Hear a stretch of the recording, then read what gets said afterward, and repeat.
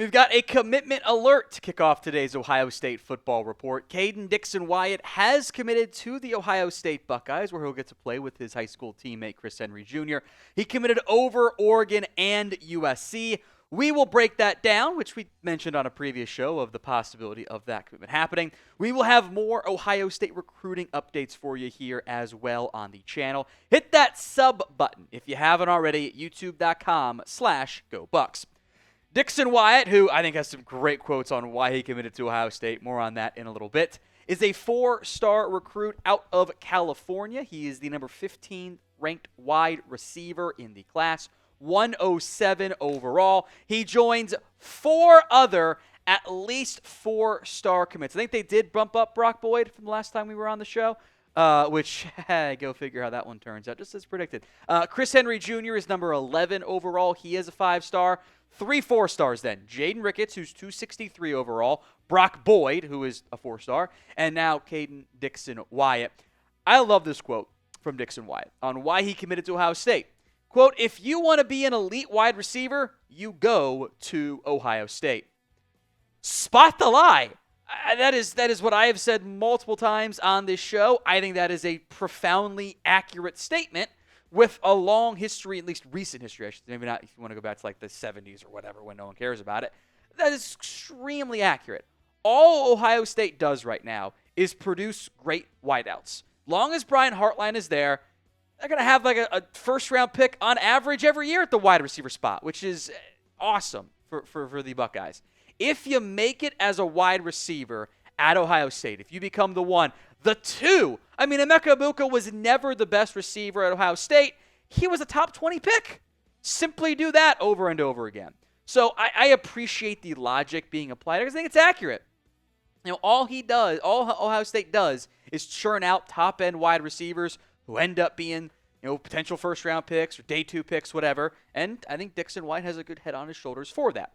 As mentioned, Dixon-Wyatt and Chris Henry Jr. are teammates in high school, and now they're going to be teammates in college with the OH photo being posted there. So let's welcome him to the Buckeyes by spamming OH in the comment section of today's show.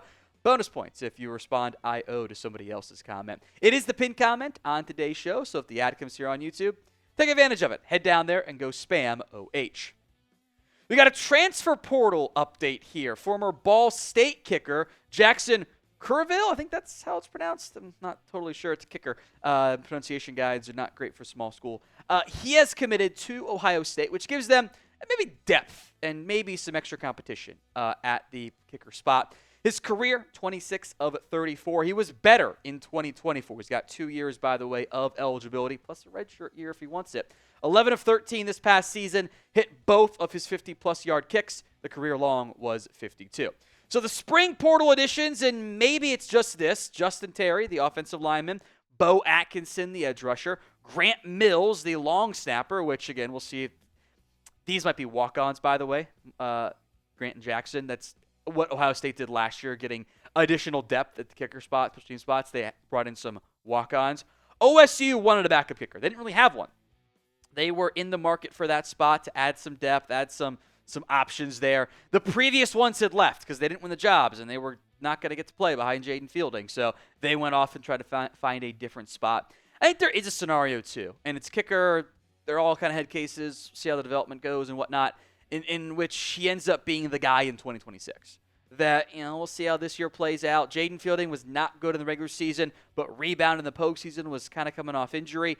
Gives them additional options, a guy to go to if Fielding continues to struggle, like he did in the regular season last year, and maybe gives them a piece in 2026 as well.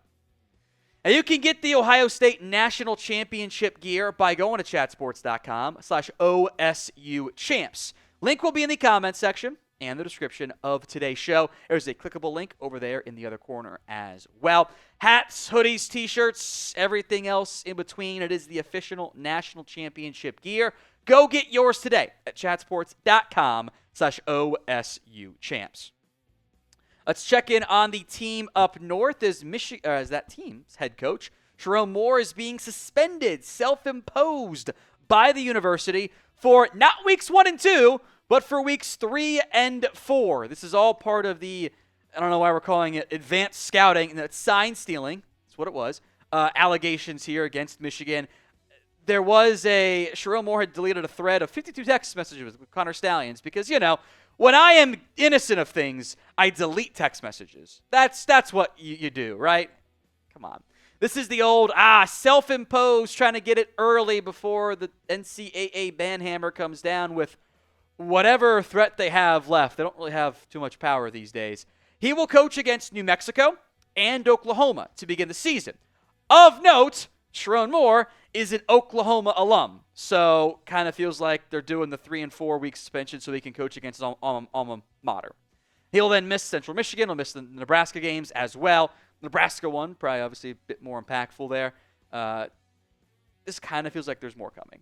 It feels like, because again, when you're innocent, you don't self-impose sanctions on yourself, right? Feel like there's going to be more coming down the pipeline here as it relates to the Wolverines, which, that's already got an asterisk on it anyway. So do you agree? I think more's coming for them. Y for yes, N for no. Let me know in the comments section of today's show, Y or N. So bad news here. The Buckeyes missed out on the top commit in the state of Ohio. The 2026 cornerback Elbert Hill has pledged to USC of all teams. He was a 4-star, number 40th overall in the class for 2026.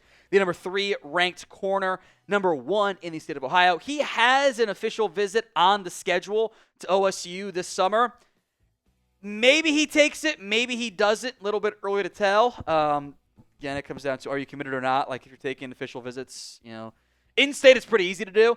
The USC commitment was kind of a surprise. They've done a really good job so far in the recruiting calendar, getting a lot of early commits. But this one would sting a little bit if you missed out on the number 1 ranked player in the state. In all cases, given the talent in the state of Ohio, the Buckeyes want to add that guy. Another official visit update. I think I'm pronouncing it correctly. If not, he should go by. I'm going to call it Jake Cruel because that's an awesome name for an edge rusher. Oh, yeah, Cruel with the sack. That just sounds awesome. 4-star edge. He's going to take an official visit end of this month to the Buckeyes on May 30th. He is out of Florida. He is the number 3 ranked player in the state. The number 4 ranked edge, 31st overall. A very interesting batch of official visits that Cruel's going to take. It's got Colorado and Coach Prime on May 9th, Ohio State on May 30th, Florida on June 7th, so they're the top in-state team for him, Texas the week after that on June 13th, and then Oklahoma on June 20th. So SEC, Ohio State, and Colorado/Coach Prime are the teams in the mix, top teams in the mix, I should say, for Jay Cruel. Obviously, all of that is, of course, subject to change. Made it to the end of the video. Thank you. You guys are awesome. Like the video, please and thank you.